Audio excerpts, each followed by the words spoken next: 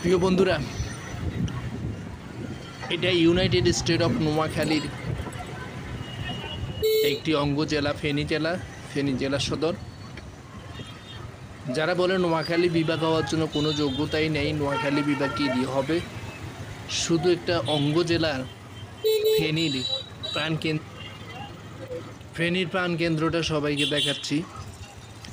সুতরাং ফেনী শহর এত সুন্দর, তা আমাদের বাকি শহরগুলো কী হতে পারে এটা জানেন? ফেনী শহর সৌন্দর্যের জন্য বিখ্যাত। আমাদের চৌমুহনী শহর চট্টগ্রাম বন্দরের পরে বাংলাদেশের অর্থনীতিতে দক্ষিণাঞ্চলে 13% অবদান এই চৌমুহনী। এরপরে মাইজিতো আছে প্রশাসনিকভাবে।